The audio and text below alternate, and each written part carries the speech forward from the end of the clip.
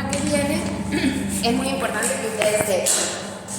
Bueno, las ligasas es un grupo de enzimas que pueden ser DNA ligasas o RNA ligasas. Lo que hacen estas enzimas es catalizar la unión fosfodiéster entre un fosfato que está libre en el extremo 5' con un oxidrilo del extremo 3', cuando las cadenas están cortadas. Esto es lo que ocurre durante la replicación con los fragmentos de Okazaki. ¿Se acuerdan que había un pedacito que es lo que está necesitando la polimerasa para ir polimerizando? Bueno, cuando se llega a ese punto, se encuentra un extremo 3' con un oxidrilo y un 5' con un grupo fosfato. Lo que hacen estas enzimas es, no falta ningún nucleótido, ¿sí? Simplemente están separados. El enlace fosfodiéster no se ha producido. Entonces lo que hacen estas enzimas es justamente eso, catalizar ese enlace de un extremo 3' con uno 5', entre el fosfato 5' y el oxidrilo 3', ¿sí? Para poder unir esas hebras que están cortadas. Entonces por eso se llama, se dice que estas ligasas, al tener esa función, es muy importante para su uso, para la obtención del DNA recombinante. Ustedes saben que el DNA recombinante ya lo hemos hablado, está formado por ¿qué? ¿Cuándo yo digo que hay un DNA recombinante? No escucho.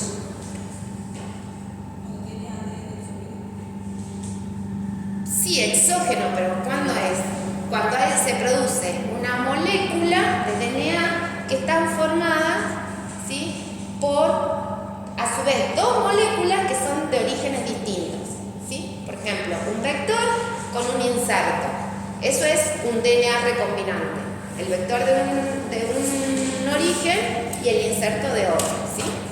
Entonces, recombinante, como la palabra lo dice, se recombinan dos fragmentos de DNA y que cada uno de ellos tienen orígenes distintos. Entonces, para que eso se una, es muy importante el uso de estas enzimas denominadas ligasas, que como yo les dije, pueden ser DNA o RNA ligasas, dependiendo de cuál es el sustrato.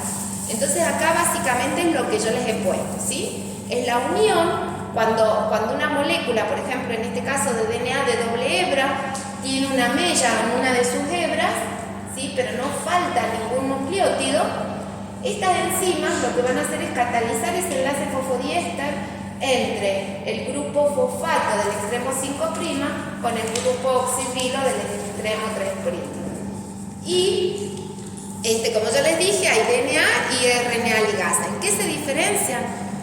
Ahí esto volvemos a tener las he achicado y no sé cómo hacer para que puedan ver abajo. Las DNA ligasas se diferencian de las RNA ligasas porque, como su nombre lo dice, catalizan la unión de dos extremos, ¿sí?, en una molécula de DNA. Esa molécula de DNA tiene que estar de doble cadena. No puede producir, ¿sí?, la unión de dos fragmentos de cadenas simples. Mientras que las RNA ligasas, esas sí pueden hacerlo. Pueden producir la función, y cómo lo hacen es exactamente igual. Las dos catalizan el enlace fosfodiéster entre el 3-oxidrilo y el 5-fosfato. Nada más que las RNA ligasas pueden unir moléculas lineales, ¿sí? El RNA es una molécula monocatenaria, ¿sí? Entonces puede unirla. Hay RNAs ligasas que pueden unir también DNA, ¿sí? Pero la diferencia básicamente entre estas dos enzimas es que la DNA ligasa no puede unir cadenas de DNA de simple cadena, mientras que las RNA sí. Así como cualquier enzima, o como muchas de las enzimas, como hemos visto las endonucleasas, las isonucleasas,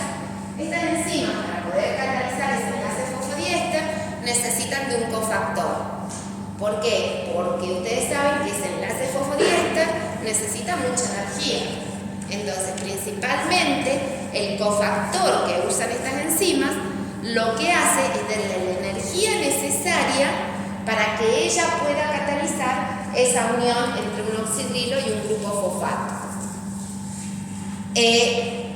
DNA y RNA ligasa se han encontrado en procariotas y en eucariotas, siempre y cuando ustedes saben que todo el DNA se tiene que replicar, y durante ese proceso de replicación están involucradas las polimerasas, las topoisomerasas, las girasas y las ligasas. Entonces, las ligasas que uno usa pueden ser extraídas de organismos eucariotas como procariotas, ¿sí? Pero hay pequeñas diferencias entre unas y otras que van a decir cuál de ellas es óptima para el uso en el laboratorio. Entonces eso es lo que vamos a tener en cuenta, pero sepan que ligasa, mientras que hay una célula que se tiene que replicar, hay una ligasa, hay una topoisomerasa, ¿sí? Entonces, se han encontrado que dentro de tanto eucariotas como procariotas hay una división de esas enzimas, principalmente por qué cofactor utiliza. Dentro de estos organismos, por lo general, hay ligasas que necesitan como cofactor el ATP. Entonces, lo que hacen es tomar la energía de ese cofactor para poder realizar el enlace fosfodiéster. Mientras que también hay otros organismos, principalmente el sistema de ligasas de las bacterias, en los cuales el cofactor no es el ATP, sino que es el NAD. Ambos cofactores les va a dar, la función es sacar o dar un grupo fosfato para que la enzima pueda catalizar ese enlace.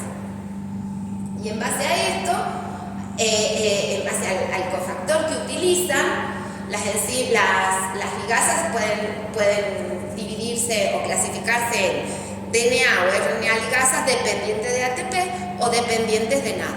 La reacción que catalizan es, estas enzimas se unen al cofactor, en este caso al ATP, y van a unir también, van a formar un complejo con una de las hebras que tiene el extremo 3' oxidrilo, que puede ser DNA o RNA, de la longitud no importa, qué longitud tenga, mientras que haya un extremo 3' oxidrilo libre, se unen.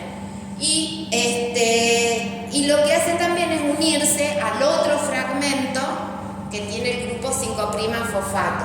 Entonces, ese complejo, ya vamos a ver bien cómo es la reacción, pero lo que va a producir, ¿sí?, es que la enzima queda pegada con libera, al unirse con el cofactor, libera energía en forma de pirofosfato y en su centro catalítico deja la parte del difosfato, ¿sí?, el AMP cíclico.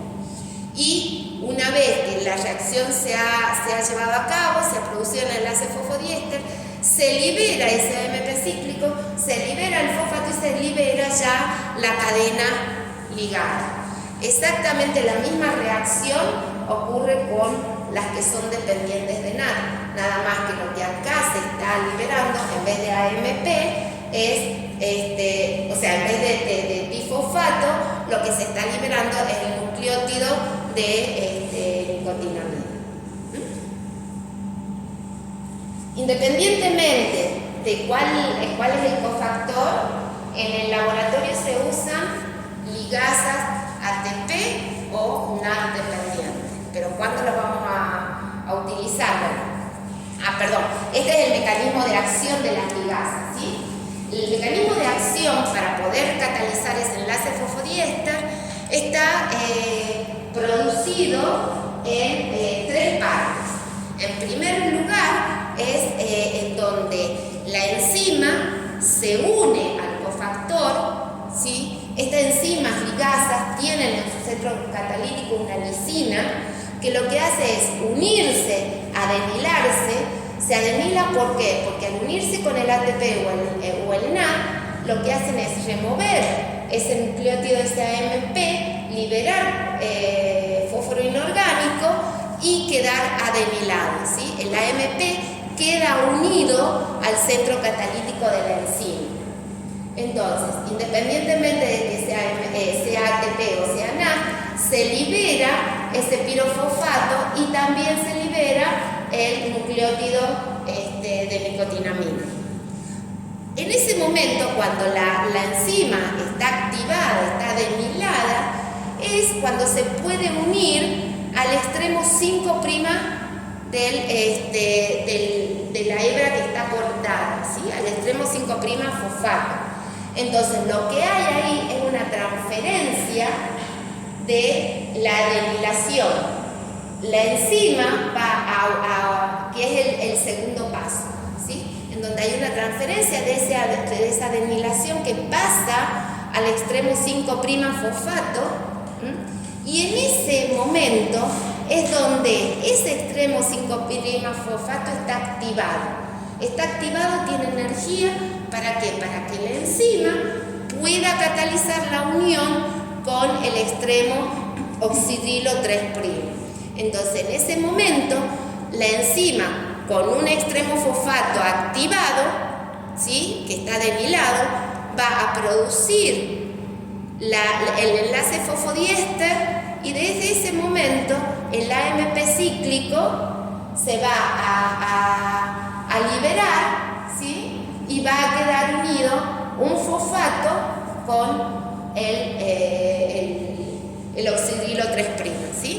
Acá, si ustedes tienen en cuenta, tienen dos fosfatos que vienen de la adenilación que los lleva la enzima, que lo une al extremo 5', entonces ahí lo activa, lo adenila, y después esos dos fosfatos que le quedan, porque ustedes saben que en un enlace fosfodiéster es un fosfato con un oxidrilo.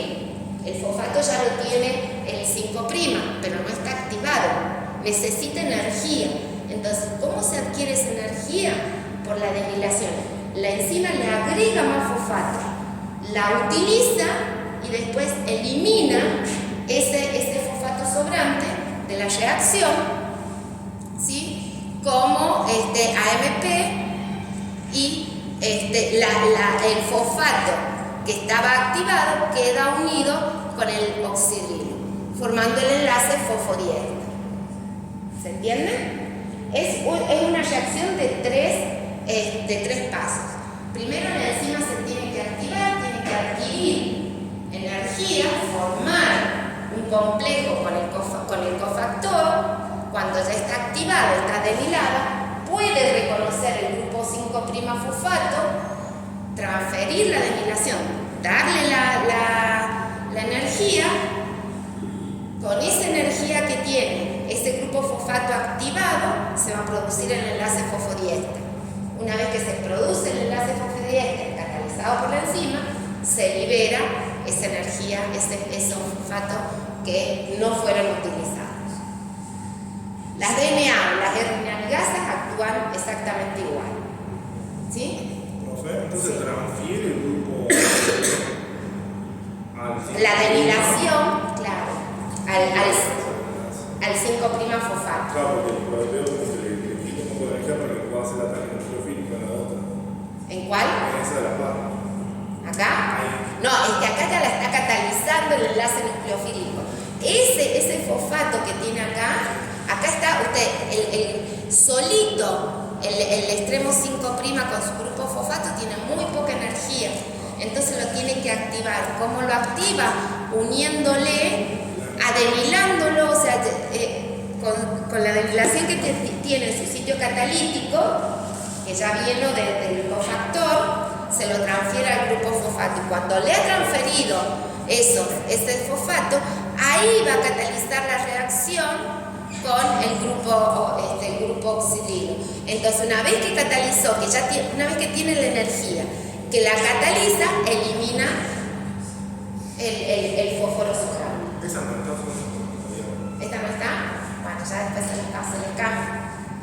Es que yo les digo, o sea, si yo no doy una clase ahora, después digo, encuentro una gráfica que me parece más representativa, más explicativa, y se la pongo. Entonces, Por ahí hay ciertas modificaciones. Pero esta me pareció mucho más clara que, por ejemplo, esta otra.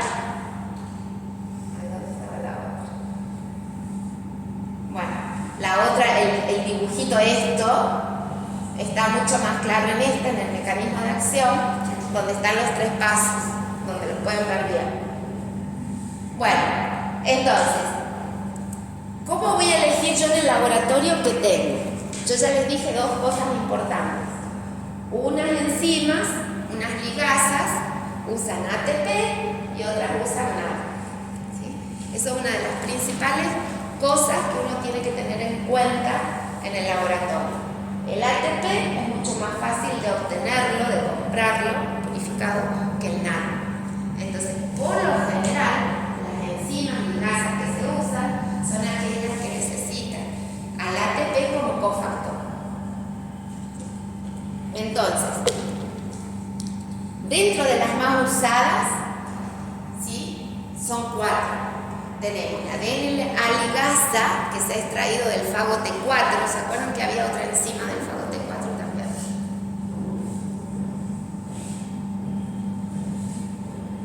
Que ya la hemos visto. Hay otra enzima que la extraemos del fago T4. Fago T4 es como Escherichia coli, es uno de los fagos más estudiados, por lo tanto está todo secuenciado, se sabe perfectamente bien cómo es su genoma, por lo tanto es uno de los más estudiados. ¿Se acuerdan de la retrotranscriptasa? Sí, la transcriptasa reversa, que también yo les dije que era del fago T4. Bueno, justamente esa enzima, la ligasa que usa el fago T4 para unir los extremos una vez que se ha replicado, es una de las más usadas. ¿Por qué es una de las más usadas? Porque a diferencia de otras, de las de coli, por ejemplo, esta TIC4 de ligasa se ha visto que es capaz de ligar, ¿sí? O catalizar el enlace fosfodiéster entre moléculas de ADN o de ARN, de doble cadena. Pero también puede hacerlo, ¿sí? No solamente con cortes, claro, que queden extremos sobresalientes, sino que también pueden unir fragmentos de ADN con extremos romos. O sea, que es capaz de unir DNA, RNA, duplex, o sea, de doble cadena, o también extremos cohesivos y extremos romos. Y esta enzima, una de las cosas que tiene es que usa como cofactor el ATP. Puede unir esos extremos siempre y cuando todas las ligasas pueden unir, siempre y cuando hay un extremo 3' oxidrilo, un extremo 5' fosfato. En cambio, la ligasa de coli, a diferencia de esta, solo puede unir, ¿sí? DNA de doble cadena. No puede unir extremos romo, que es lo más importante. ¿Sí? Es importante esto, extremos romos, extremos cohesivos, es muy importante en la clonación, en la obtención de DNA recombinante, en la clonación de productos de PCR, de productos de digestión, ya sea por enzimas que cortan en extremos romos o en extremos cohesivos. ¿Sí? No puedo usar, si yo estoy usando una enzima de restricción que me deja extremos romos, la DNA ligasa no me los va a unir. Y lo importante acá es que otra de las cosas por la cual se usa en algunos casos, pero no tanto, es que esta enzima, la ligasa, requiere de NAD en vez de ATP como cofactor. Y el NAD es mucho más caro de obtener. Otra de las ligasas usadas es el mismo organismo que obtenemos la polimerasa. ¿Cuál es este? ¿Se acuerdan? Thermophilus aquaticus. Bueno, de este mismo organismo se ha extraído la ligasa y también es muy utilizada. Y dentro de las enzimas que necesita el fago T4 para poder replicarse está la RNA ligasa. O sea que del fago T4 usamos la DNA ligasa y la RNA ligasa. La diferencia con las otras es que la TAC DNA ligasa también requiere NAT como cofactor. Pero acá lo que puede catalizar esta enzima es la unión, como ven acá, de dos fragmentos en donde sí o sí hibridan a un molde que está intacto. Puede, al igual que la ligasa de coli, puede unir estos fragmentos, ¿sí? Pero siempre y cuando, fragmentos largos, pero siempre y cuando esos fragmentos hibriden perfectamente con su cadena complementaria, o sea que necesitan que sea de DNA de doble cadena. Y también necesitan NAT igual que la de coli. ¿Cuál es la ventaja de esta enzima, por la cual a veces se la usa? La temperatura a la cual lleva a cabo su función. Si yo necesito usar altas temperaturas para que ese DNA que está roto se ligue, ¿sí? Debería usar la TAC DNA ligasa. La ventaja es la temperatura. La desventaja es que requiere NAT y en este caso solo puede unir, ¿sí?, fragmentos que tengan un molde intacto. O sea que esta enzima, a diferencia de la otra, de la DNA ligasa de T4, no puede unir extremos rombos. Y bueno, la T4 DNA ligasa, la RNA, ¿sí? Esta puede catalizar, esta también requiere de ATP, que es más favorable, y esta puede unir, ¿sí?, puede catalizar ya sea la unión de dos ARN, de dos fragmentos de ARN, de oligonucleótidos como está acá, de ADN con ARN, ¿sí?, y bueno, requiere ATP. O sea que esta RNA ligasa es una de las más usadas también porque puede unir independientemente, no importa si es DNA, si es RNA, si es doble cadena, si es simple cadena. Entonces, esa es la ventaja. Siempre y cuando, como yo les digo, tengan un extremo oxidrilo libre y un extremo fosfato libre. Bueno, las más usadas en el laboratorio es la DNA ligasa del fago T4 y la de coli. Las otras se las emplean, pero no tanto. Entre ellas, si bien ya les he dado unas ciertas ventajas y desventajas, la más usada es la de T4. ¿Por qué? Porque, como yo les dije, tiene la capacidad de unir extremos romos, extremos cohesivos, principalmente cuando uno está empleando para la obtención de ese DNA recombinante enzima de restricción que dejan extremos romos, extremos cohesivos, ¿sí?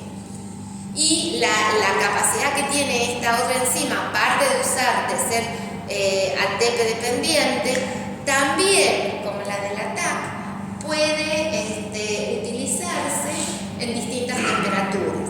La temperatura óptima, igual que la de coli, ¿no?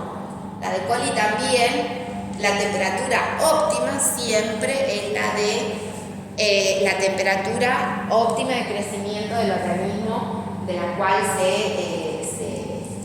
se sacó, ¿no es cierto? De la cual se usa. Por lo tanto, tanto T4 como la de coli, la temperatura óptima es de 37 grados.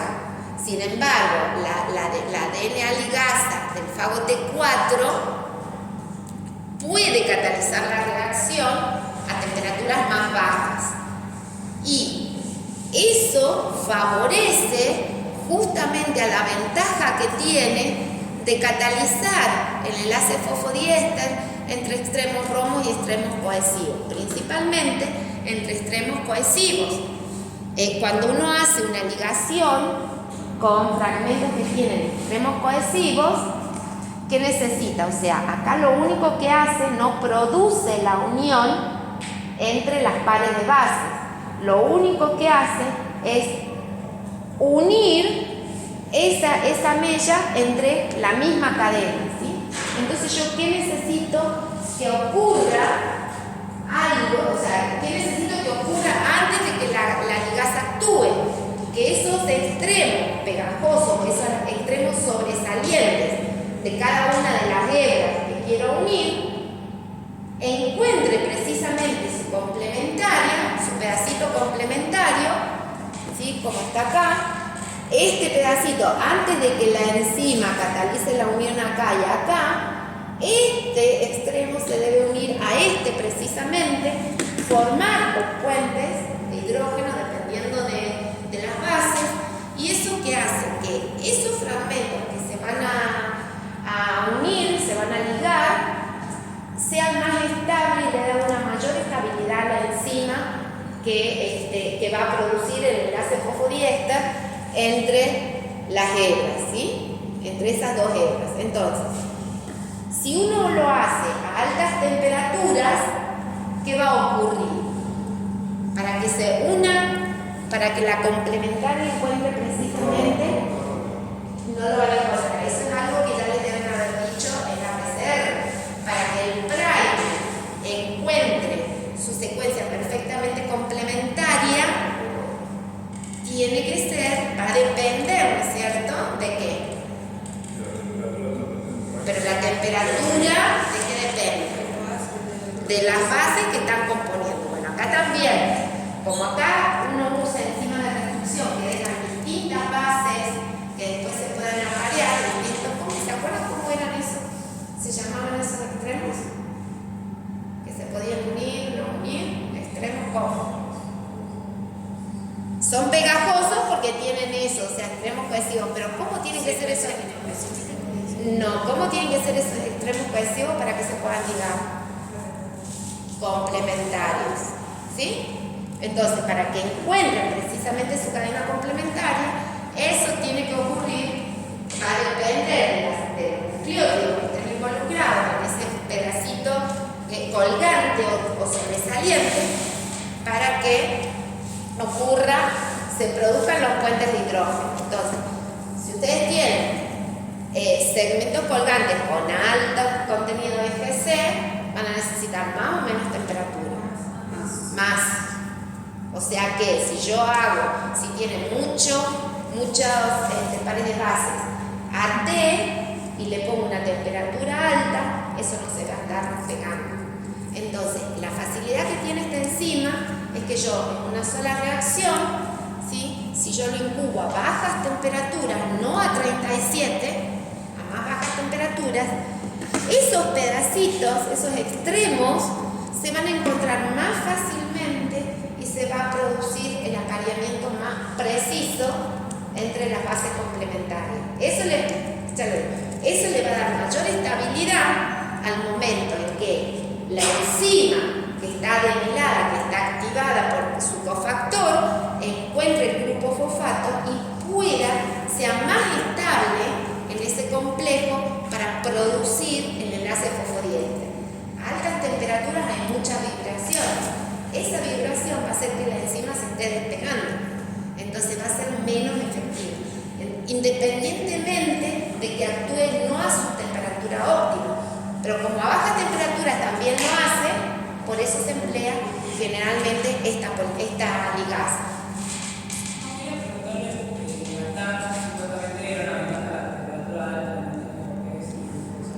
Bueno, pero depende. Si usted quiere, por eso yo le digo, las más usadas son esas 4 que le dije.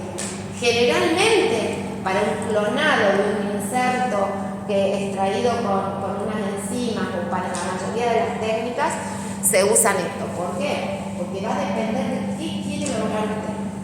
Si usted tiene un alto contenido de FCF, que ve que necesita que sea muy preciso, que exacto, y rápido, sí va a usar la ventaja. Cada una tiene su ventaja y desventajas. Hay métodos que aconsejan que sea lento, por eso en la clonación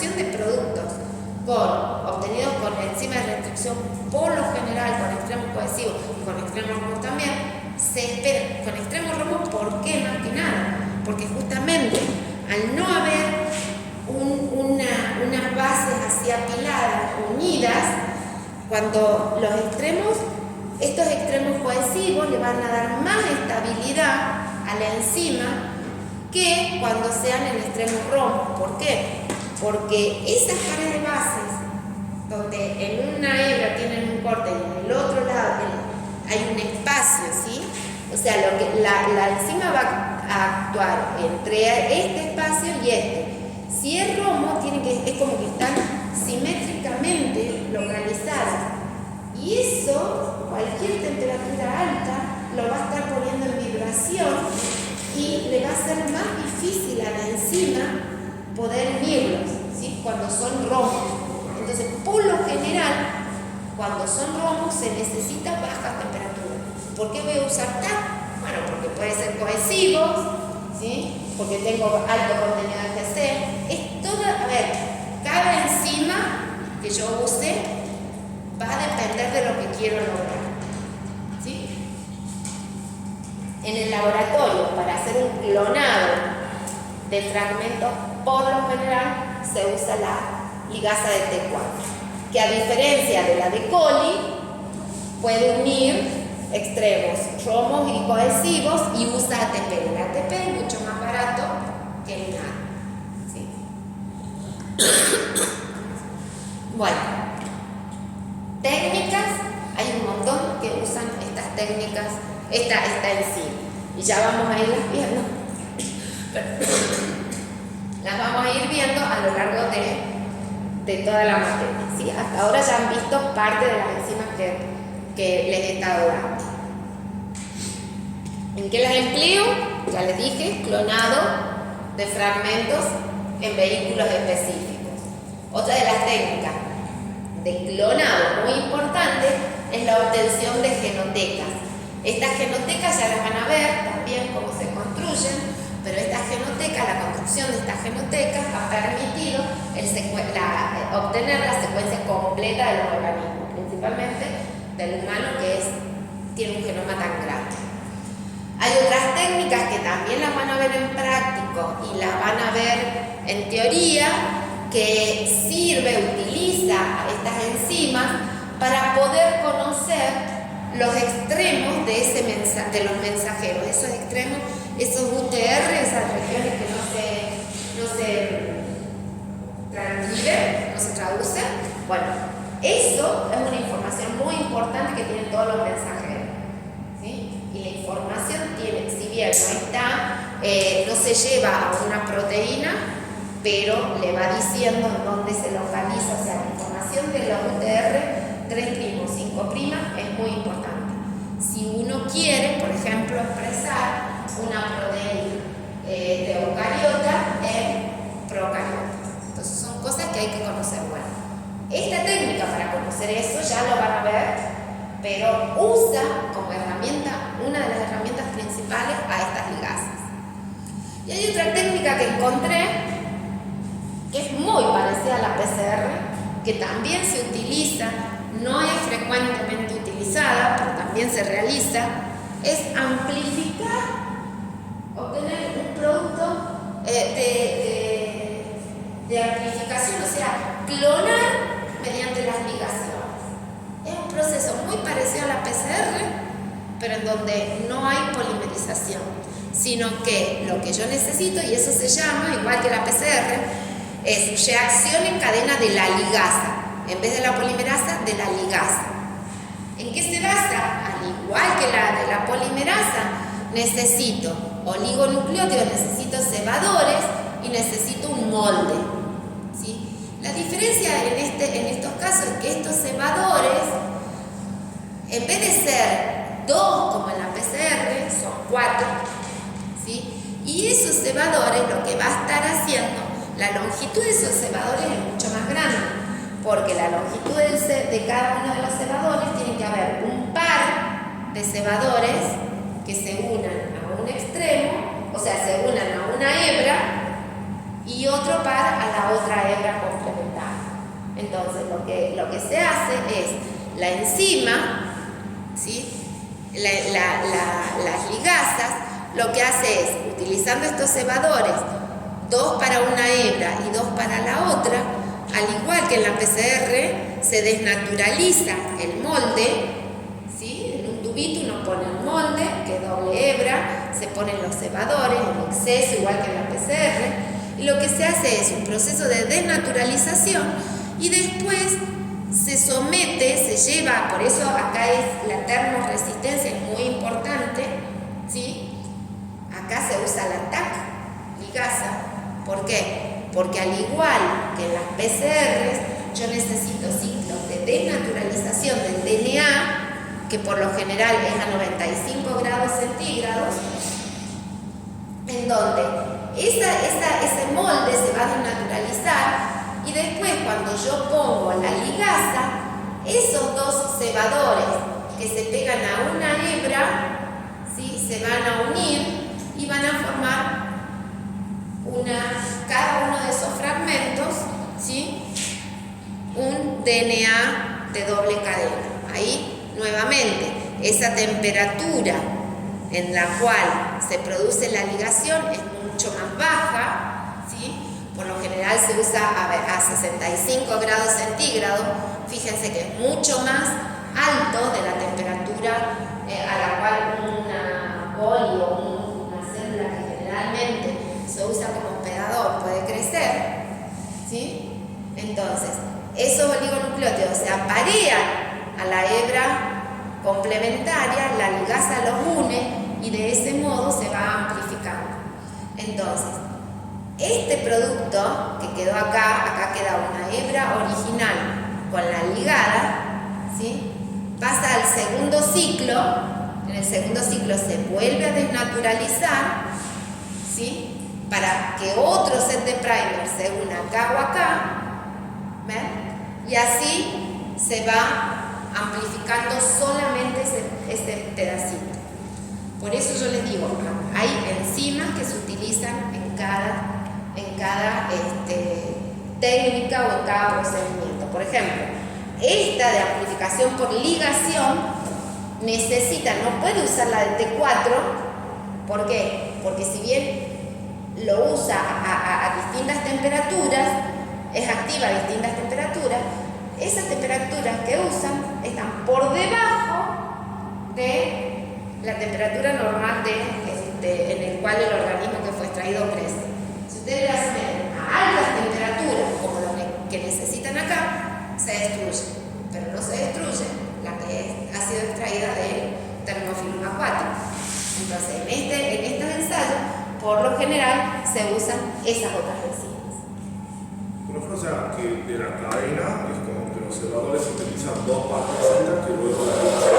No se sintetiza nada. Hay 2 pedacitos, ¿sí? Que se van a ir pegando, ¿sí? Y al pegarse van a identificar un fragmento, un pedazo en el molde que usted le puso. Entonces, es una manera de identificar, por ejemplo, secuencias que a ustedes les interesen. Yo quiero identificar y amplificar para después ver qué me está produciendo, qué es lo que esa secuencia, a qué es igual, qué es lo que me está levantando, ¿sí? ¿Se entiende? Y de ese modo, al ir amplificando eso, puedo obtener muchos fragmentos que tengan, si bien es una cadena larga, pero tiene ese pedacito, es como que si lo utilizaría como una sonda para detectar en su muestra dónde está un fragmento de una secuencia que usted conoce. ¿Entiendes? Por ejemplo, yo sé cuál es la secuencia que codifica para la ligasa del T4. Quiero ver si en otro organismo tiene lo mismo. Entonces, esos cebadores los diseño con extremos, pedacitos muy cerca, ¿sí? De la secuencia, utilizando la secuencia del termófilo para identificar en otro organismo eso mismo. Entonces, después que lo ha amplificado, es como pescarlos, ¿sí? Por esa reacción en cadena de la ligasa. Lo va pescando y después lo extrae, lo purifica, lo secuencia y dice, bueno,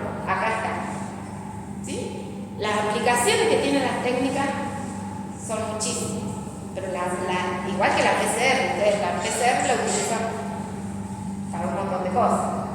¿Sí? Por eso yo siempre les digo, ustedes en ingeniería genética tienen técnicas y tienen herramientas. Y hay técnicas que son herramientas para otras técnicas. ¿Sí? Entonces acá la PCR es una técnica. ¿Cuál es la herramienta? La polimerasa. Por ejemplo, para el clonado, ¿cuál es una herramienta? La enzima de restricción, los vectores. ¿Cuál es la técnica? Qué sé yo, puede ser la construcción de bibliotecas, cómo la emplean. ¿Sí? Entonces, yo sí, cuando ya vamos a ver, hay una unidad que es todo técnica, que ya vamos a ir viendo cómo, que es una técnica, dentro de esa técnica, que es la herramienta y que es la técnica. ¿Sí? Y si hay una técnica que se usa para eso. Bueno, en esta técnica, por ejemplo, en la de Reis, usa el proceso de ligación, o sea, la técnica de ligación como una herramienta. ¿Se entiende? Bueno, y hasta acá terminamos con esta parte. ¿Alguna duda? Eso era lo que nos quedaba ver de la clase pasada. Y es lo que en cierto modo algo ustedes van a ver.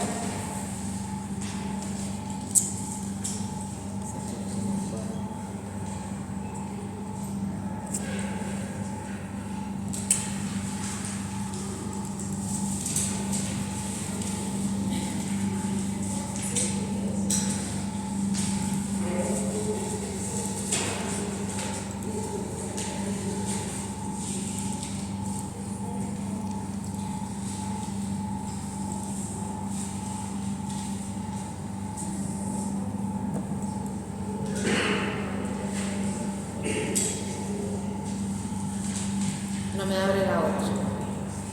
La primera parte. Bueno, chicos, ¿alguna duda de esto? No.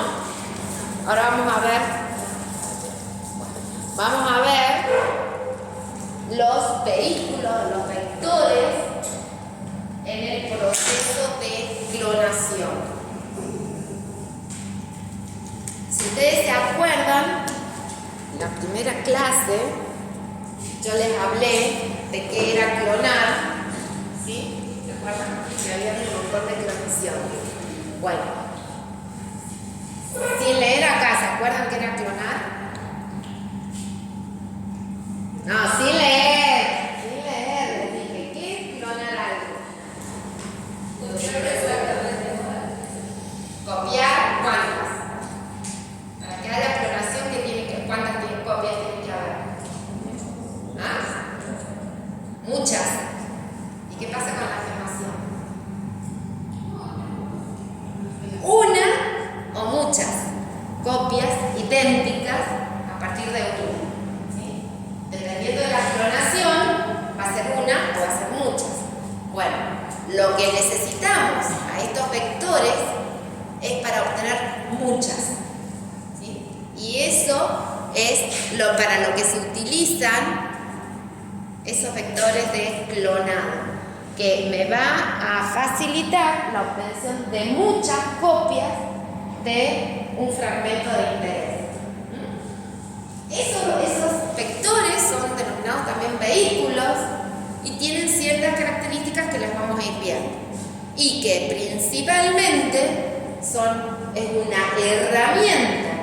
herramienta muy importante para llevar a cabo el clonado molecular, de lo que ya hemos hablado en las otras clases. ¿Qué son los vectores? Los vectores, como les dije, son moléculas que tienen la capacidad o que tienen ciertas características que me va a permitir que a partir de un único fragmento de interés, de una sola molécula de interés, voy a obtener miles y millones, ¿sí? en una sola molécula. Lo puedo obtener cuantas veces yo quiera, dependiendo de cuántas veces esa molécula, ese vehículo, se replique. Entonces, una de las características que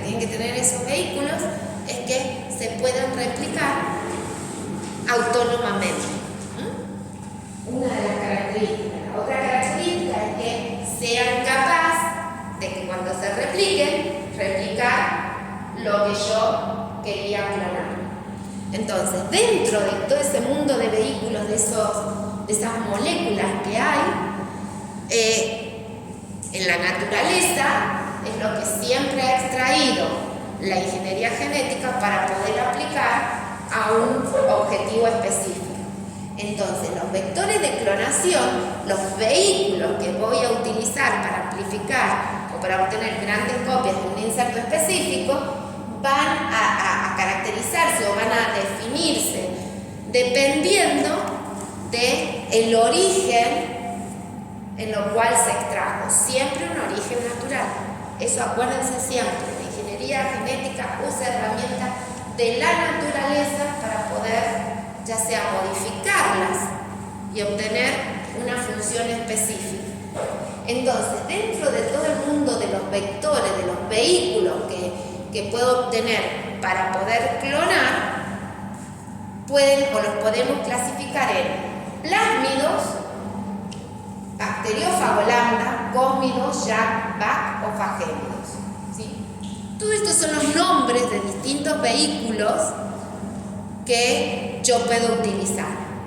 Pero plásmido, ¿qué me dicen? ¿Es un solo vehículo? No, es un millón de vehículos, un millón de moléculas que tienen unas características específicas. Los plásmidos son todas aquellas moléculas que ya las vamos a ver, que yo ya les vengo hablando en otras clases, son moléculas que se han encontrado por lo general en bacterias y que se ha visto que están fuera del cromosoma de la bacteria. ¿Sí? Es una molécula exactamente igual, la estructura es exactamente igual que el cromosoma bacteriano, o sea que es de doble cadena, es circular, cerrado, pero tiene muchísimo menos pares de bases que el cromosoma de la bacteria. Se ha visto que al igual que el cromosoma de la bacteria, puede replicar independientemente de que replique o no el cromosoma bacteriano. Algo que ya hemos estado viendo, así como yo les dije que coli es muy estudiado, bueno, el fago lambda, ¿sí? También, como es capaz de replicarse independientemente de su célula hospedadora, o sea, la necesita, pero su material genético lo replica independientemente de la bacteria, ¿sí? Es que también es usado por sus características como un vehículo para transferir y amplificar ese fragmento de DNA. Para ello yo necesito que ustedes, si bien lo vamos a ver, pero necesito ustedes, fago lambda ya lo han visto. Ya han visto la estructura del fago lambda, han visto toda la secuencia del cromosoma, cómo se une, ¿sí? Entonces, bueno, lo que vamos a ver acá es que debido a las características que tiene su cromosoma, lo puedo utilizar como un vector. Estos dos son bueno, y junto con estos también, son los elementos que encuentro en la naturaleza así más intactos.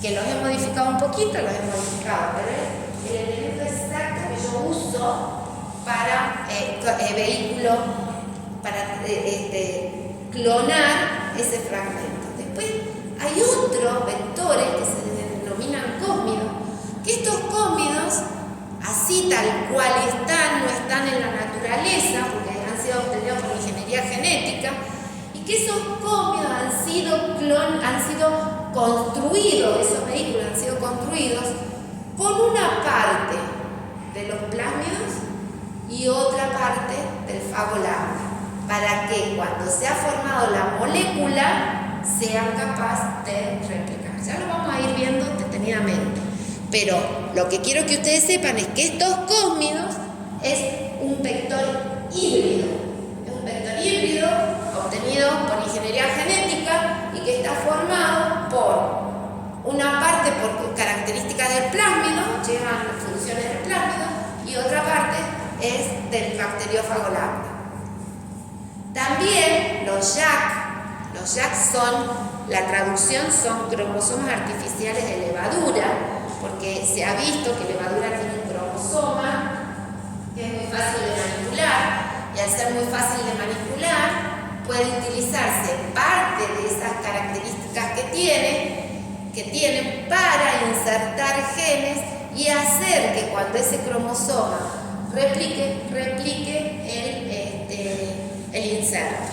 Entonces, los JAK son cromosomas artificiales de levadura que tienen la ventaja de que las levaduras que son eucariotas tienen la ventaja de tener todos los componentes o ser lo más similar, por ejemplo, a un ser humano, a un animal, para expresar un gen de eucariota. O sea, que los JAK son vectores que me permiten clonar, expresar genes de eucariota.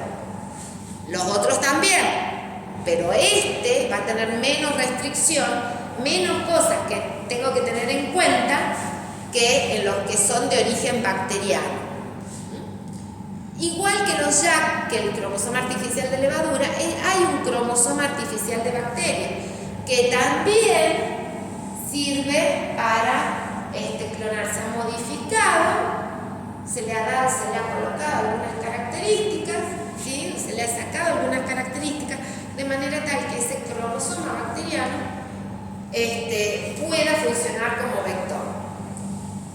Y acá hay otros vectores denominados fagémidos, que al igual que los cómidos, el plásmido, el bacteriófago lambda, el JAK y el BAC son algo que están en la naturaleza, que yo le he modificado, le he hecho pequeñas modificaciones para convertirlo en vector. Mientras que los cómidos y los fagémidos es algo que de por sí no está en la naturaleza, lo he construido yo.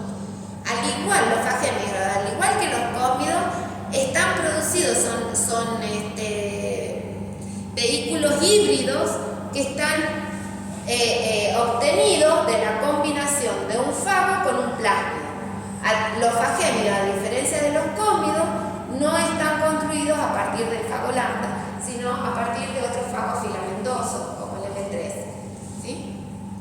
Los cómidos es plásmido más bacteriófago lambda y los fagémidos es plásmido más fagos filamentosos.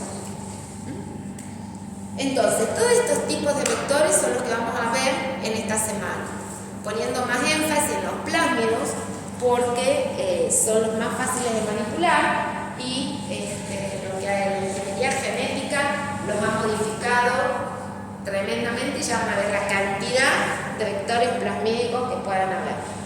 Entonces, acá lo que vamos a hablar es justamente eso. ¿Qué quiero que tengan en cuenta? Que el vector es un vehículo, ¿sí? El vector plasmídico, por lo general, cuando yo le llamo vector y no le llamo plásmido en sí, le llamo vector plasmídico, es porque ese plásmido extraído de la naturaleza ha sido algo modificado para que me sirva de vehículo. Entonces, plásmido, vamos a hablar de lo que está tal cual está en la naturaleza. Y vector plasmídico que ha sufrido alguna modificación para utilizarlo en el proceso de clonar. Y aparte, otra de las cosas que quiero que tengan en cuenta, que hagan la diferencia, que está el vector plasmídico y el vector plasmídico recombinante. El vector plasmídico recombinante es aquel que ya sí tiene, ¿sí?, el inserto que a mí me interesa clonar. ¿Alguna duda de esto? No. Bueno, como hemos visto en los otros,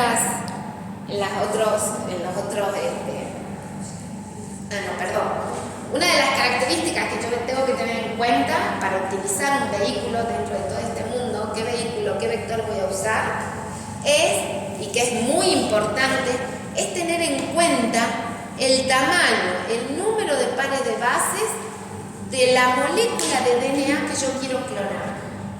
Toda la molécula de DNA que yo quiero clonar, ahora la vamos a llamar inserto. ¿Sí? Todo vocabulario que quiero que vayan adquiriendo y que cuando haya un examen o algo, me hablen con ese vocabulario. ¿Sí? Entonces, tenemos vector, vector plasmídico, plásmido, vector recombinante, inserto. Entonces, para elegir qué vector voy a utilizar, va a depender del tamaño del inserto que necesito amplificar. Entonces, una de las características que tienen todos estos vectores es justamente justamente, o que los diferencia, es justamente la capacidad de recibir fragmentos de diferentes tamaños o insertos de diferentes tamaños. Los plásmidos, todos aquellos vectores de origen plasmídico, ¿sí?, pueden recibir un fragmento de hasta 10 kilobases. Si yo necesito clonar un inserto de más de 10 kilobases, me va a ser muy difícil utilizar un vector plasmídico. Para ello, puedo usar, ¿sí?, esos vectores diseñados a partir del Fago-Lambda, en los cuales ya el tamaño del inserto es muchísimo más grande. Fíjense, hasta 25 kilobases. ¿Sí? Entonces, para fragmentos más grandes, yo ya utilizo el bacteriófago lambda. Los fagémidos, al igual que el bacteriófago lambda, se pueden clonar insertos entre 10 a 20 kilobases. Los cómidos, que es lo que yo les dije a ustedes, son vectores que han sido muy utilizados para la secuenciación del genoma humano. Reciben fragmentos, pueden contenerse, pueden insertar fragmentos de hasta 45 kilobases. 45 kilobases es una enormidad. Entonces, estos cósmidos se han obtenido la combinación de estos dos para recibir un fragmento que supera el tamaño de cada uno de sus orígenes. ¿Sí? Entonces, con los cósmidos puedo clonar fragmentos mucho más grandes. Igual que con los cromosomas artificiales de levadura y bacteria, ¿sí? La bacteria es más pequeña que la levadura, por lo tanto, puedo clonar fragmentos mucho más grandes que estos elementos. Fíjense, el plásmido está dentro de una bacteria, es muchísimo más chico. Puedo clonar fragmentos mucho más chicos.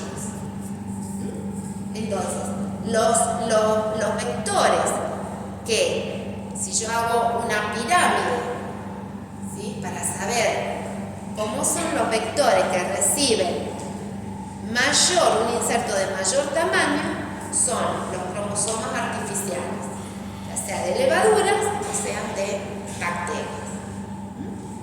Entonces, esto al momento de utilizar estos vectores, tengo que tener muy presente para recién seleccionar qué vector voy a usar. Otra de las cosas que tienen que tener independientemente, características básicas de todo vector, independientemente del origen, hay tres características que, si esas características no las tienen, no pueden ser utilizadas como vector. En primer lugar, está la capacidad, porque yo le dije, la forma de amplificar el inserto es mediante su replicación. Entonces, la primera característica que tienen que tener estos vehículos, que tengan un origen de replicación, que sean capaces de replicarse independientemente de la célula en la que estén creciendo, de la célula hospedadora. Entonces, todos los vectores, fíjense, el plásmido tiene su origen de replicación, los del bacteriófago tienen su origen de replicación, los cósmidos y los YAC, los cósmidos, si vienen de plásmido y de fagos, tienen que tener los cromosomas de levaduras y de bacterias, tienen su propio origen de replicación. Entonces, la característica común de todos los vectores es que tengan su origen de replicación.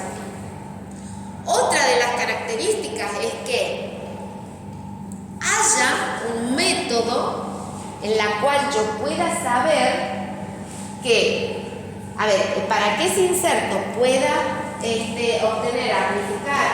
para que el vector pueda amplificar un inserto, tiene que replicarse por lo general dentro de un hospedador. Entonces, para que yo pueda seleccionar esa célula hospedadora que tiene ese vector, tiene que tener algo que yo le esté ejerciendo una presión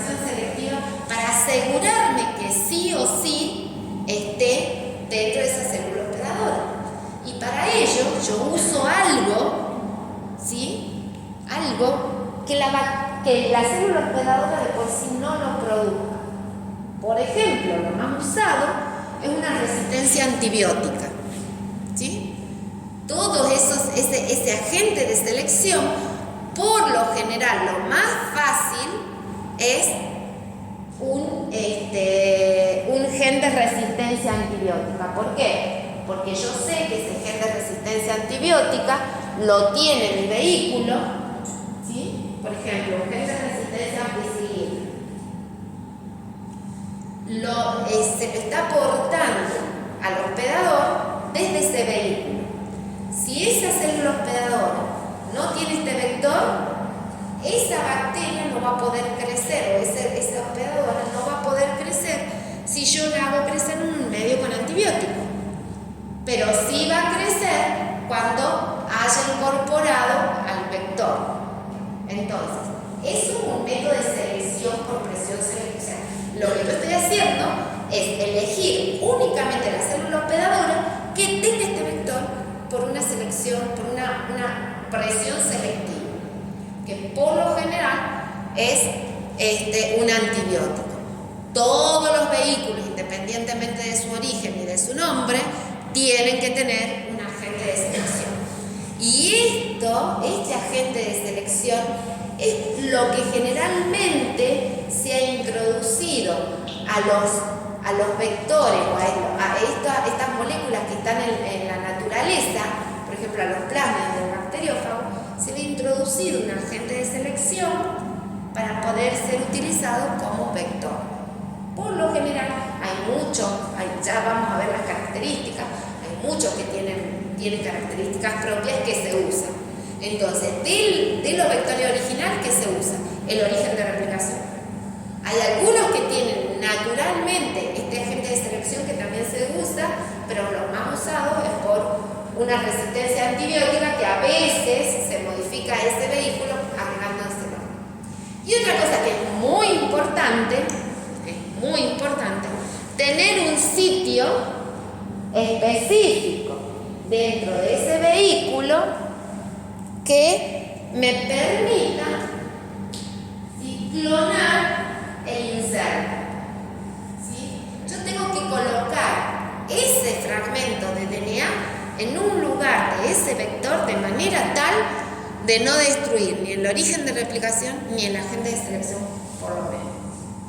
¿Sí? Entonces, por lo general, todos los vectores que están siendo usados, ¿sí?, o que se usan normalmente, se agrega un sitio de múltiple clonado o polylinker, o lo van a ver como MCS, ¿sí?, múltiple cloning site, que se agrega y que la característica de ese sitio de múltiple clonado, que ya lo vamos a ver bien, es una secuencia de DNA que se ha sintetizado y que esa secuencia de DNA tiene sitio de reconocimiento para varias enzimas de restricción, ¿sí? Pero esos sitios de reconocimiento para esas enzimas de restricción se encuentran en ese vector únicamente en ese pedacito. O sea que los sitios de múltiple clonado son fragmentos o segmentos del plásmido que llevan sitios de reconocimiento de enzimas únicos. No se replican, no están en otro punto de ese vector. Por lo tanto, cuando yo someto ese vector a una enzima específica, lo que va a hacer es producir un único corte. Hay vectores que toda regla tiene su excepción, ya se los dije. Pero los sitios que a mí me interesan para clonar tienen que ser sitios de restricción únicos en ese vector. ¿Qué es lo que se ha hecho con la ingeniería genética? Introducir esos pedacitos, esos fragmentos, dentro de esos plásmidos naturales para crear un vector. Entonces, estas tres características las tienen que tener todos los vectores independientemente, o sea, plásmidos, fagos, cómidos, fagémidos y cromosomas artificiales. ¿Alguna duda? ¿No? Bueno. No son tan largos los polilinkers, ¿verdad? Las secuencias. No son largos. Ya me bien. Sí, depende. Depende del vector, puede tener 2 sitios, puede tener 5, puede tener 10. O sea, calculo que la secuencia como que hará juego para que puedan ser reconocidas como. Claro. Sí, ya los vamos a ver a los polilinkers. Pero depende del vector, depende de la utilidad del vector, es el tamaño que tiene ese polilinker. Hay polilinker o sitios de múltiple clonado que pueden tener, son secuencias cortas en las que se ha puesto el sitio de restricción de una enzima seguido con el otro, para 3, para 2, para 1 o muchos más que no sé cuál es el máximo, pero hay vectores con por lo menos 6 enzimas de restricción. Ya lo vamos a ir viendo. Pero que sí son útiles porque yo necesito, o sea, a veces depende del tamaño del fragmento, puede ser que, y que es muy importante seleccionar los vectores por este sitio de múltiple clonado, porque eso me va a decir con qué enzima de restricción tengo que obtener mi producto inserto. Y tengo que utilizar enzimas de restricción que no me vaya a destruir mi inserto ni me vaya a destruir el vector. Porque si hay una enzima de restricción, a ver, todo esto es DNA. Si es DNA, ¿sí? Hay secuencias que la enzima puede reconocer, o sea, la probabilidad, yo ya se lo digo, una enzima de restricción que conozca su sitio de reconocimiento va a depender del número, o sea, de las bases que ella reconozca. Entonces, una molécula pequeña puede haber, generalmente las enzimas que utilizan 4 pares de bases, pueden encontrar su sitio de reconocimiento. Si ese sitio de reconocimiento cae en la zona del origen de replicación o en los antibióticos de selección, estamos en el horno porque va a destruir esa función, que es muy importante para que puedan clonar. El tamaño ya vamos a ir viendo. El hombre ha hecho lo que ha querido. Bueno, entonces empecemos con los planos. Primeros vectores que, es más, creo que son uno de los más desarrollados y empleados en la ingeniería genética. Estos plámidos, como yo ya les dije, se definen o son, los plámidos de la naturaleza son moléculas, ¿sí?, que se encuentran, moléculas de ADN que se encuentran fuera del cromosoma bacteriano, por lo tanto se los llaman elementos genéticos extracromosómicos. No es que están fuera de la bacteria, están dentro de la bacteria, pero fuera, independiente de su cromosoma. Y que tienen la capacidad de replicarse autónomamente. Ahora vamos a ver de qué es autonomía, si están así o no, pero lo que habla acá de replicación autónoma es que dice que se van a replicar independientemente de que el cromosoma bacteriano se replique o no. Estos plámidos por lo general son muchísimo más chicos, por lo tanto, el tiempo que demora en replicarse una bacteria para dar una célula hija es muchísimo mayor que lo que necesita el plámido para replicarse. Entonces, estos plámidos pueden replicarse muchas veces por eventos de replicación del cromosoma bacteriano. ¿Sí? Eso es lo que dice que es independiente, lo que es autónomo. A eso es lo que llama. Y para que pueda ocurrir esa replicación autónoma, tiene los elementos para que eso ocurra. O sea, tiene un origen, un sitio en el cual se una, ¿sí?, y tiene algunas proteínas también. Bueno, ¿cómo se originaron? Esto ya les expliqué a ustedes. ¿Cómo se encontraron? Estos se encontraron cuando se empezó, todavía no se sabía que el DNA era el de la herencia, sino en los ensayos de Griffith, que yo ya se los nombré a ustedes, donde trabajaban con los ratoncitos, que después fue probado por Avery, McLaughlin y McCarthy, que ese DNA era el responsable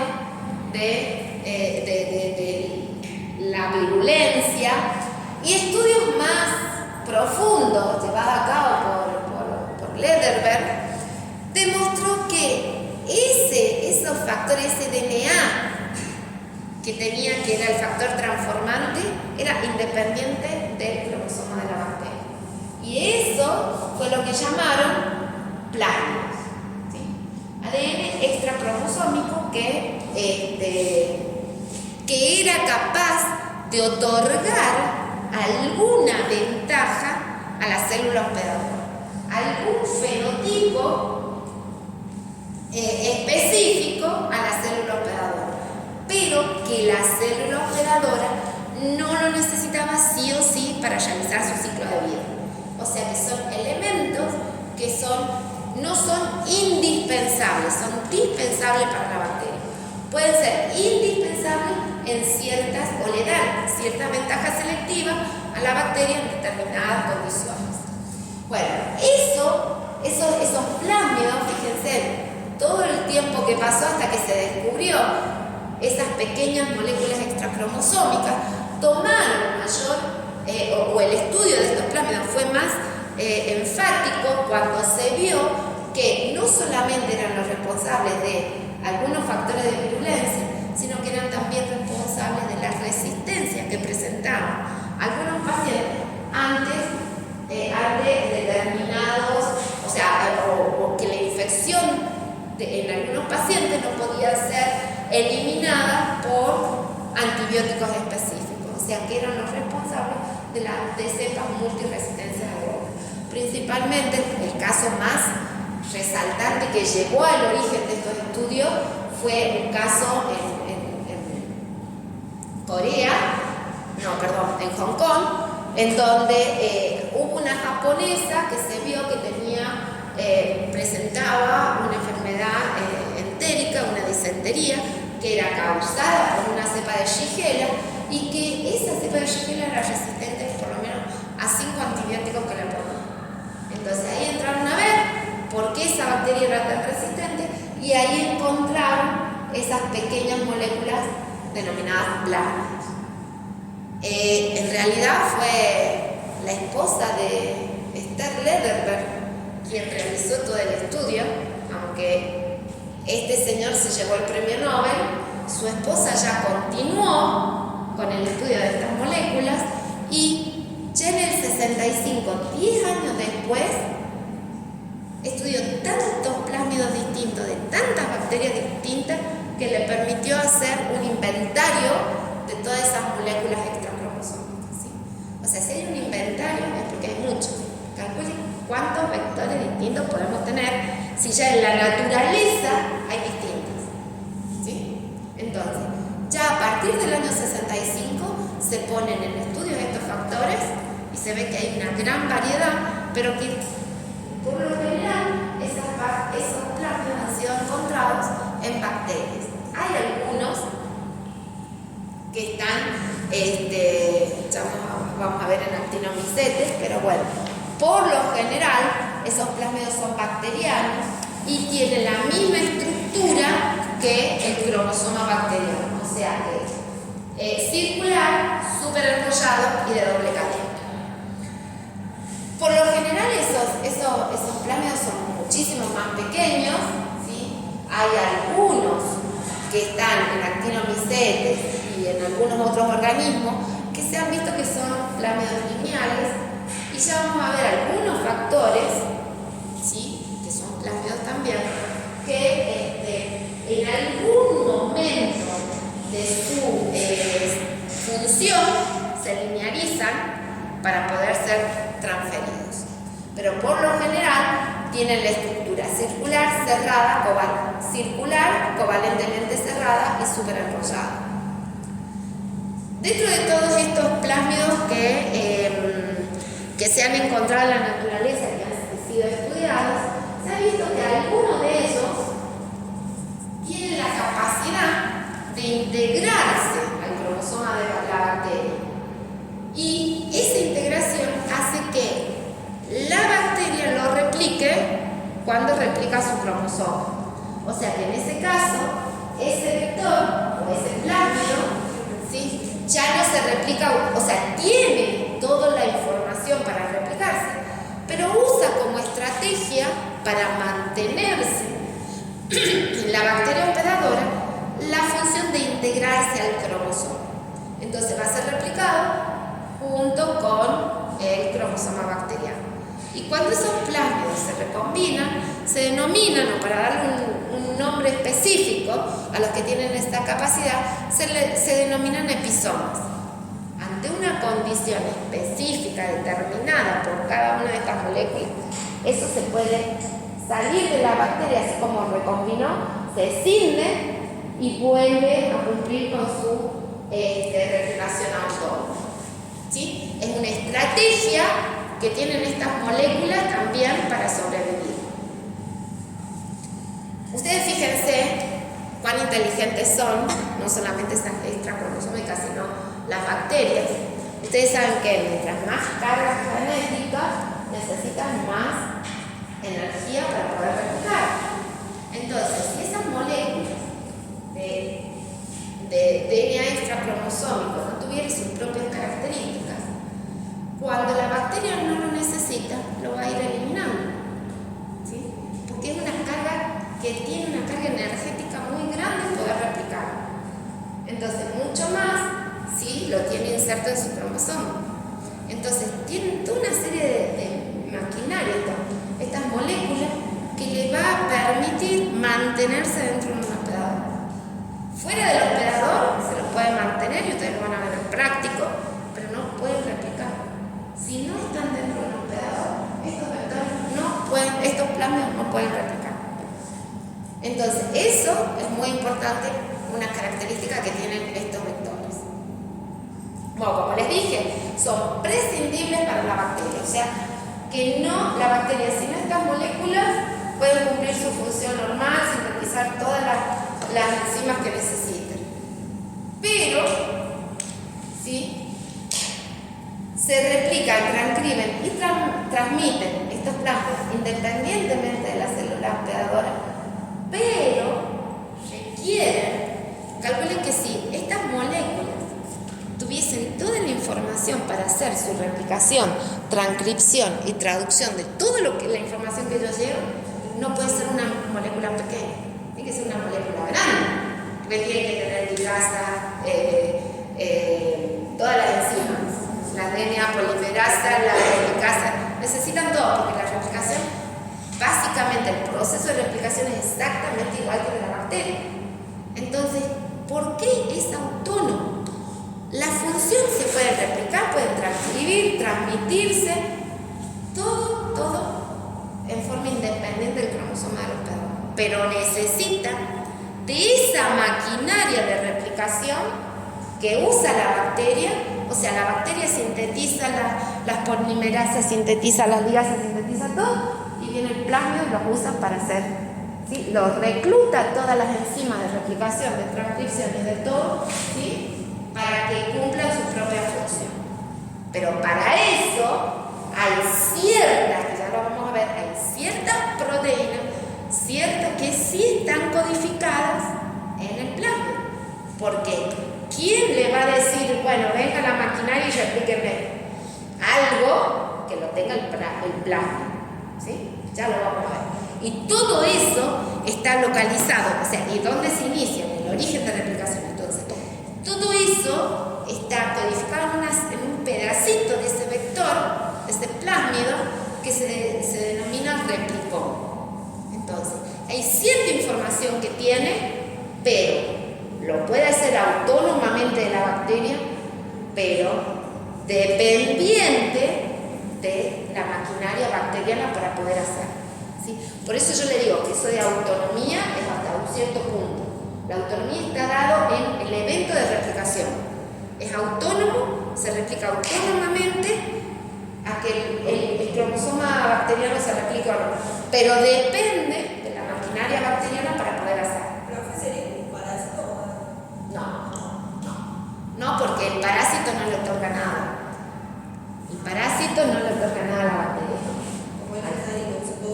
Sí, pero la bacteria a veces, el plasma a veces le da ciertas características que la bacteria necesita, o sea que la bacteria también lo usa. ¿Sí? No es lo mismo que un parásito. Igual, bueno, el fago sí, la mata la bacteria. O se puede replicar todo, usa algo de la bacteria. Ustedes han visto los ciclos lítico y lisogénico del fago lambda. Ustedes saben que hay una fuerte interacción entre proteínas sintetizadas en el fago con sintetizadas por la bacteria que necesitan para poder replicarse. Acá es más o menos lo mismo, ¿sí? Pero acá no le va a perjudicar, o sea, la presencia de estas moléculas no va a ser perjudicial para la célula hospedadora. Al contrario, en ciertas condiciones le van a dar una ventaja selectiva.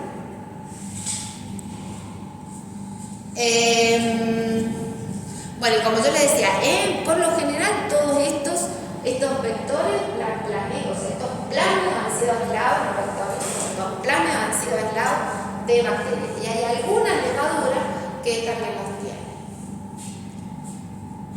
¿Alguna duda? ¿Se entiende eso? Bueno, así como hay una biblioteca de plásmidos, todos estos plásmidos, o sea, hay que tener características por las cuales se los clasifican. ¿Sí? Una de las cosas es que se tiene en cuenta es el tamaño que tienen esos vectores, esos plásmidos.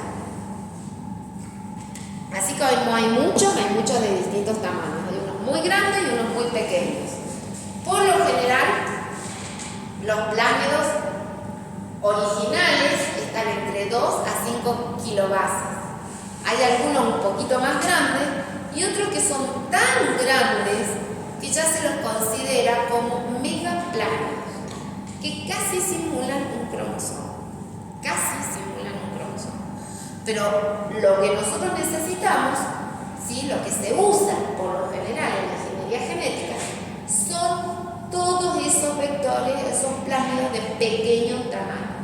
¿Por qué? Porque al ser más pequeño, puedo clonar un fragmento más grande, hasta 10 kilobases, y la bacteria lo va a mantener más establemente. Mayor tamaño, mayor energía necesita la bacteria, porque más necesita sintetizar más proteína para poder hacer la transcripción y la replicación de ese vector. ¿Sí? Entonces, por lo general, la estrategia que uno tiene es usar esos vectores más pequeñitos. ¿Sí? Esos plásmidos, utilizar como vectores esos plásmidos más pequeños. En algunas condiciones necesito, sí, está bien, pero hay algo que está muy relacionado con el tamaño y ya lo vamos a ver. ¿Sí? Mientras más grande, acuérdense, mientras más grande el fragmento, más tiempo en replicar. ¿Sí? Y si demoran más tiempo en replicar, por evento de duplicación de la célula, va a ser menor. Si es más pequeño, desde que se replica la célula y se duplica la célula, va a tener más tiempo para replicarse. Entonces, ¿por qué necesito que replique mucho? Para que haga muchas copias. Exacto.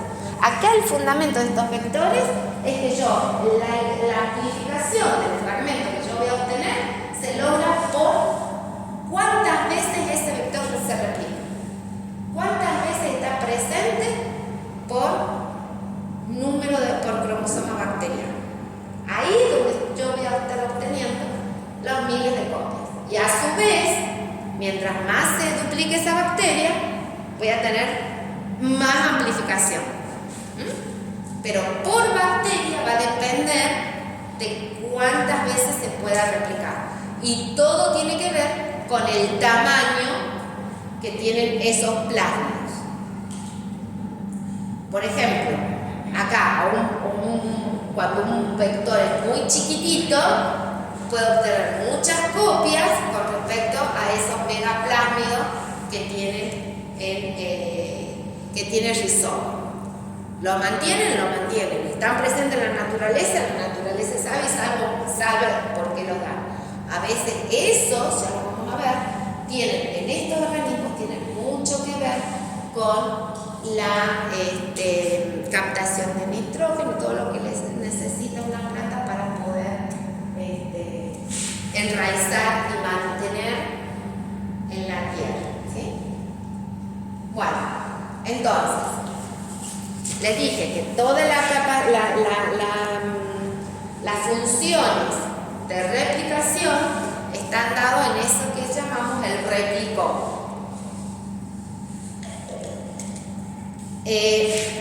Orígenes de replicación es el ORIC, ¿sí? Es más común, pero hay sitios que se han visto que varían entre estos plásmidos. Puede ser ORIC, ORIB, no importa cuál es la secuencia precisa, porque ustedes saben las características que tienen esos orígenes de replicación. Varían un poquito, pero se ha visto que hay plásmidos que tienen exactamente la misma secuencia, que varía en una letra, que varía en otra, pero de acuerdo a eso se los ha agrupado también. Yo les pongo ORI B, porque ORI es el origen de replicación. La B es qué secuencia tiene ese plásmido para replicarse, pero sí o sí tienen un ORI. Junto a ese origen de replicación, que es el que está acá, el plásmido, tienen que tener, ¿sí? Como yo les dije, distintas secuencias que codifican para distintas, o ya sean secuencias o sean proteínas, que me van a permitir la replicación y que me van a permitir que ese plásmido se mantenga en esa célula. Entonces, en lo que yo les dije a ustedes, ese origen de replicación, más esas otras características que tienen que tener, es lo que constituyen el replicón.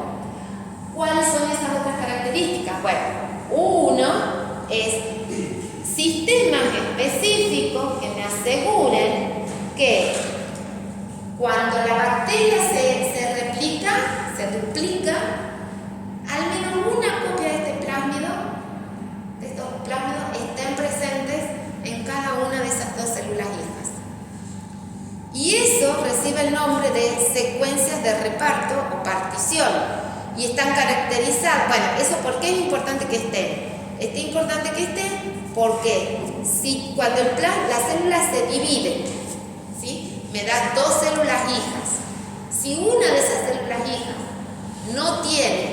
no recibió uno de esos plásmidos, ese plásmido se va a ir perdiendo.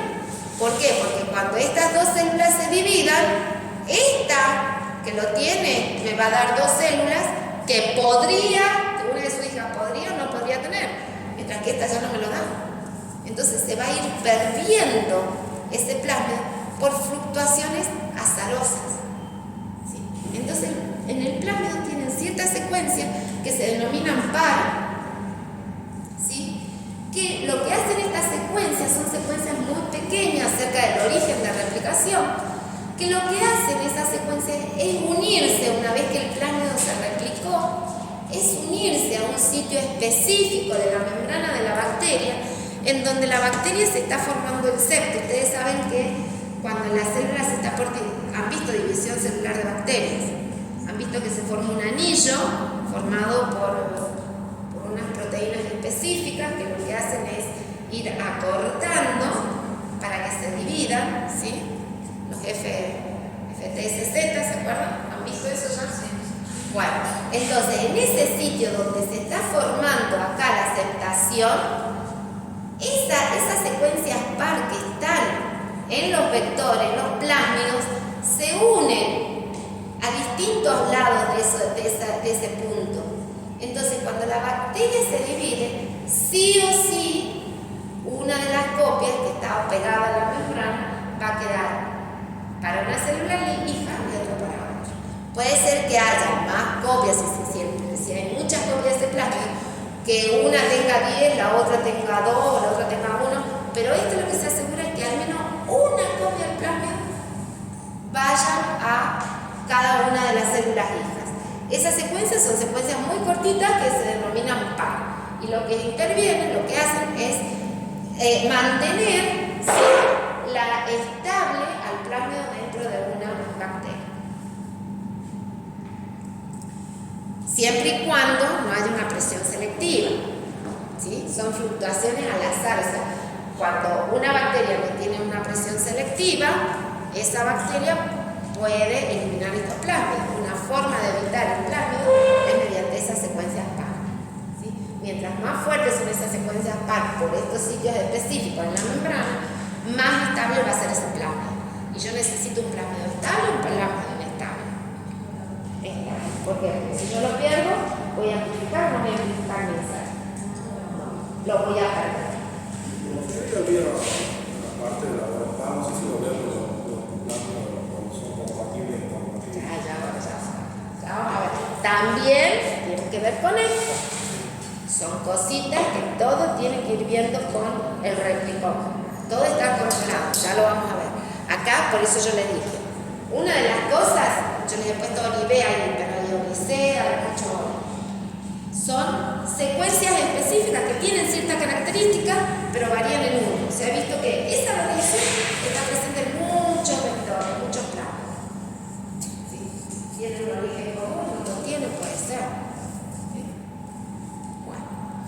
Otra de las cosas es esta característica, que las secuencias par son también específicas para cada uno de los vectores, para cada uno de los planos. ¿Sí? Otra de las características, esto ya lo van a ver en el práctico, pero algo muy importante es la forma de replicación, ¿sí? Entonces, cuando están replicando estos plásmidos, es algo que ustedes tienen que saber, que ya lo van a ver, lo vamos a pasar muy rápido ahora, pero lo van a ver bien en práctico, es que yo les dije que esos vectores, esos plásmidos, la forma nativa en la que se encuentran en su forma CCC, ¿sí?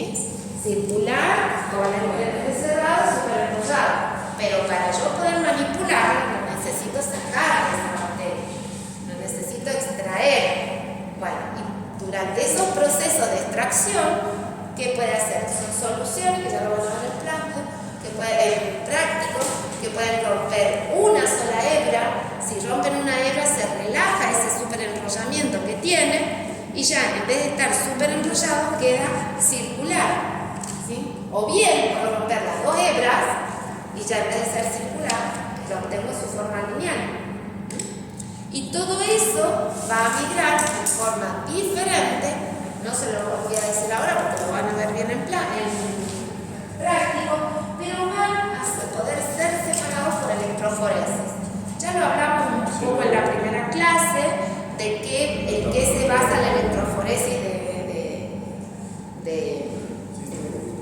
si lo hemos hablado con ustedes ya, en qué se basa la separación de moléculas o por qué puedo separar moléculas de ácido nucleico por electroforesis.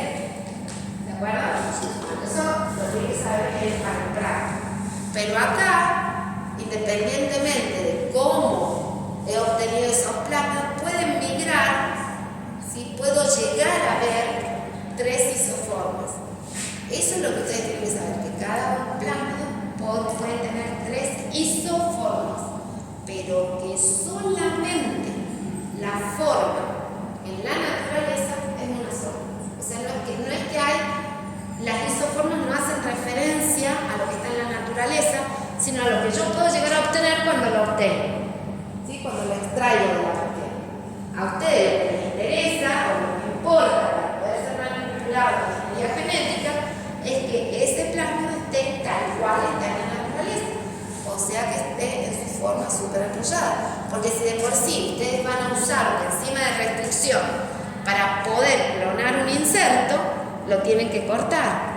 Y si ese vector ya está cortado, puede ser que la enzima no lo reconozca, puede ser que en vez de un fragmento vean 2, porque si esto es lineal, ¿sí? Y se corta acá, van a haber 2 fragmentos cuando deberían haber uno solo, ¿sí? Bueno, entonces quiero que tengan en cuenta que solamente la forma que a nosotros nos sirven es tal cual está en la naturaleza, pero que bueno, ahí el error mecánico lo pueden obtener. Entonces ahora vamos a propiedades que pueden tener esos vectores que a mí me van a servir para emplearlos en un proceso de clonación. Aparte de tener un origen, aparte de tener las enzimas, de poder segregarse, hay grupos de plásmidos que pueden ser transferidos de una célula que lo tenga a otra que no lo tenga, simplemente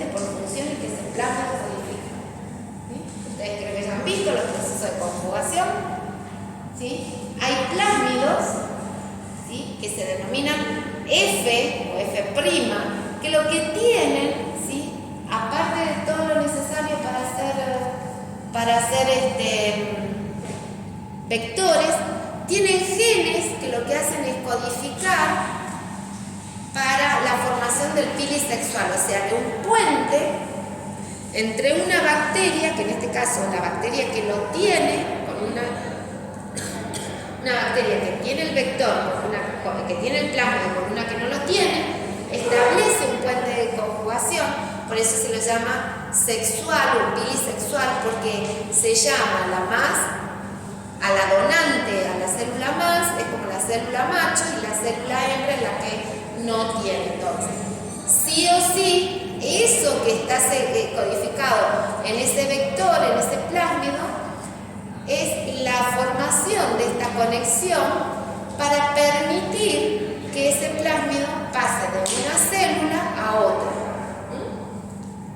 Acá el ejemplo de lo que yo les decía, que hay plásmidos que son, por lo general son circulares, pero en alguna etapa, ¿sí?, son lineales. ¿Por qué? Porque estos vectores, estos plásmidos que se llaman plásmidos conjugativos o plásmidos F, para poder transferir a través de ese puente de conjugación o para pasar de una célula a otra, lo hacen, ¿sí?, en el punto en que se están replicando. Entonces, cuando se va replicando, una de las hebras va pasando y en ese momento se forma, cuando pasó a la otra célula, se rompe ese puente de conjugación y se empieza a sintetizar, ¿sí?, a volver a replicar para formar el plásmido circular cerrado. Se va sintetizando, porque son todos procesos. Se empieza a sintetizar una hebra, va pasando, pero dentro de esa hebra que se está sintetizando ya se empieza a formar, a replicar. Entonces, cuando llega la molécula, ahí ya han visto procesos de conjugación, la hebra retardada, la hebra. ¿Han visto conjugación? Sí. Bueno, entonces, estas características que tienen, bueno, a diferencia de otros plásmidos que no son conjugativos, que no tienen esos genes, la utilización de estos plásmidos conjugativos ha sido muy importante en el mapeo, por ejemplo, de mutaciones, ¿sí? Porque estos plásmidos son plásmidos muy grandes que por lo general llevan estos plásmidos conjugativos, aparte de codificar para esa formación de ese pilisexual, llevan genes que nosotros los podemos usar de marcadores. Por lo general tienen mucha isotropía, ¿sí?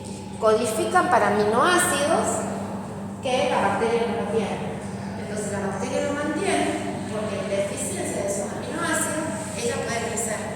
Entonces se han secuenciado, se han estudiado muy bien esos plásmidos conjugativos, y acá lo que depende mucho también es que para que este plásmido pase acá completo tiene que tener un cierto tiempo, ¿sí?, para que pase el plásmido completo. Entonces, utilizando eso, se han llegado a mapear, utilizando esas ausotrofías, viendo en qué momento pasó una, no pasó una, por conjugación se han utilizado para mapear mutaciones en un cromosoma, obviamente, de bacterias. Son marcadores que están naturalmente. Sí, tienen muchas características que están naturalmente en esos vectores, en esos F'. Aparte se les ha agregado marcadores de resistencia para tenerlos seleccionables, pero por lo general codifican para aminoácidos, o sea, los más usados, aparte de los genes estos que codifican el pilisexual, llevan para la síntesis de aminoácidos, en los cuales la bacteria no los sintetiza y que ante condiciones determinadas, cuando los tienen, pueden crecer. Si usted le saca estos plásmidos, esa bacteria no crece, excepto que le pongan en el medio y la crece. Profe, entonces el vector tiene que tener para el virus sexual y los genes de transferencia.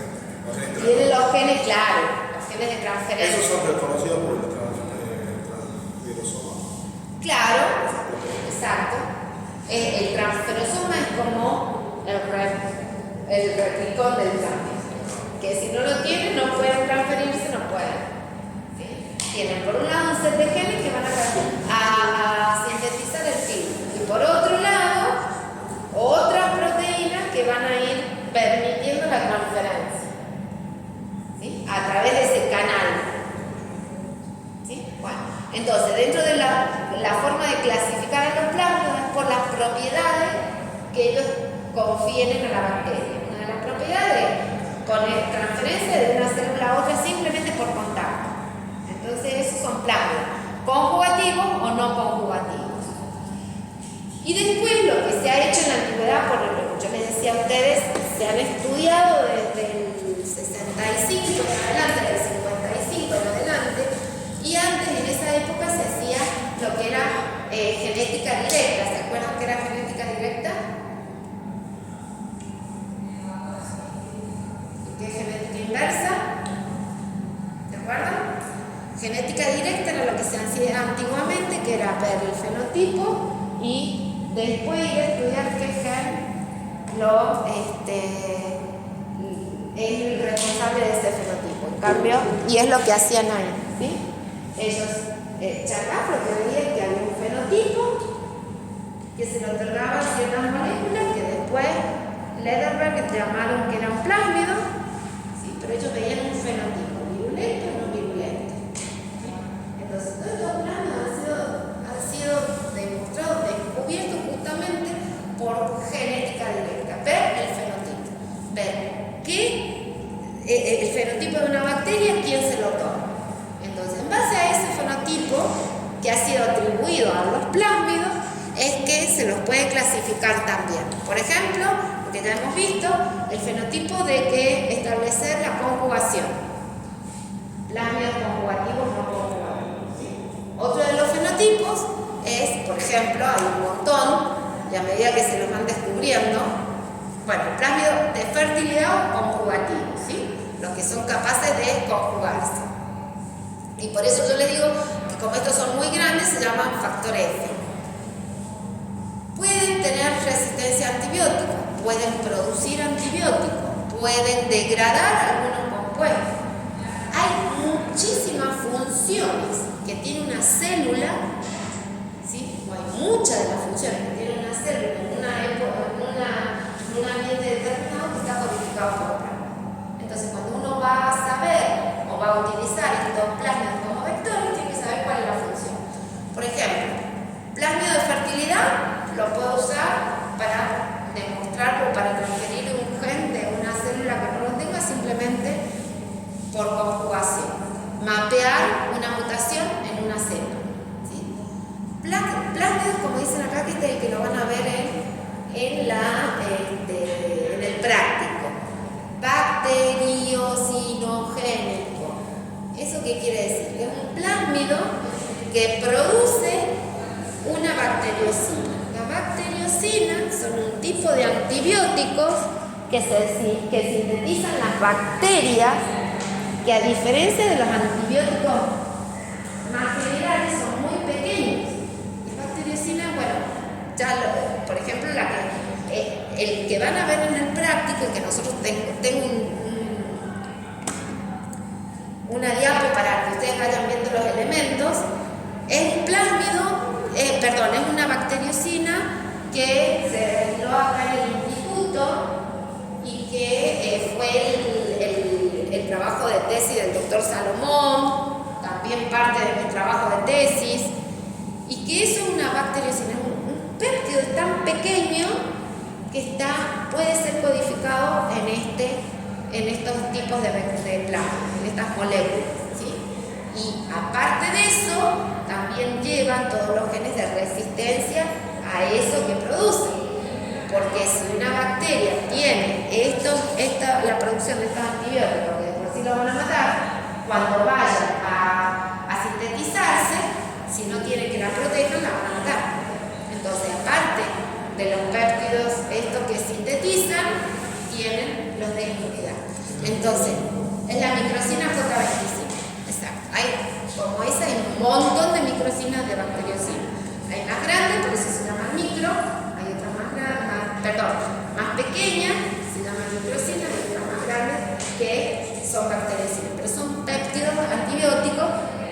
producidos por bacterias, por eso bacterio, capaces de matar a otras bacterias. Bueno, también hay plásmidos, por ejemplo, que es lo que nosotros estudiamos, que es muy importante para todas las bacterias estas patógenas, como Salmonella, Shigella, Listeria, que por lo general, ustedes saben cuando dicen, esta es patógena, esta no es patógena, y todos son de la misma. Bueno, ¿por qué es patógeno? ¿Por qué no es patógena? Porque muchos de los genes los plásmidos, estos virulentos, muchos de los genes que codifican lo que hacen que esa bacteria sea virulenta, están codificados en esos plásmidos.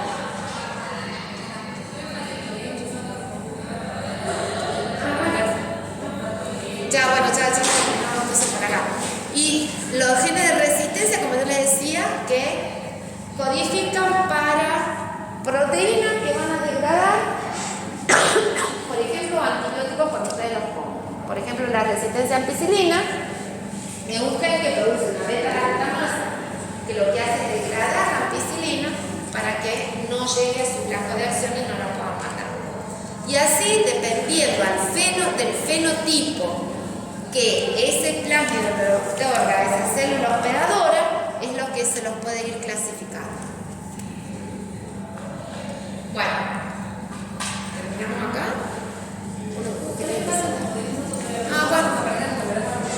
Bueno. Y entonces esta es la última cosa que vamos a ver ahora, porque ya lo que se complica es que dentro de ese replicón, ¿sí? Yo les dije, mientras más pequeños son esos vectores, tienen más tiempo de replicarse dentro de una bacteria antes que la bacteria se divida. Entonces acá, esas veces que se replican, es lo que va a estar diciendo el número de copias que tiene. Les enchufa esta si queremos.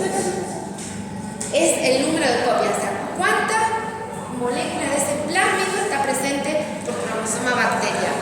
Y eso también son secuencias específicas, o más bien tiene que ver, son funciones que tienen los plásmidos que van a controlar cuándo y cuánto esa molécula se replica, ¿sí? Entonces podemos tener plásmidos que nosotros los denominamos, los clasificamos como monocopias, que es lo que quiere decir que hay una sola copia de ese plásmido por cromosoma bacteriano. ¿Y eso por qué? Porque generalmente son plásmidos muy grandes, ¿sí? El megaplasmido ese de rizobio es una copia por cromosoma bacteriano, porque es muy grande. Entonces, esos plásmidos que son muy grandes y que están en bajo copia, tienen un control de la replicación, tienen un sistema estricto que controla su replicación. Que va a decir, se replica una vez y no se replica más. ¿Sí? Esas funciones las tienen también los plásmidos. Están codificadas dentro de los plásmidos.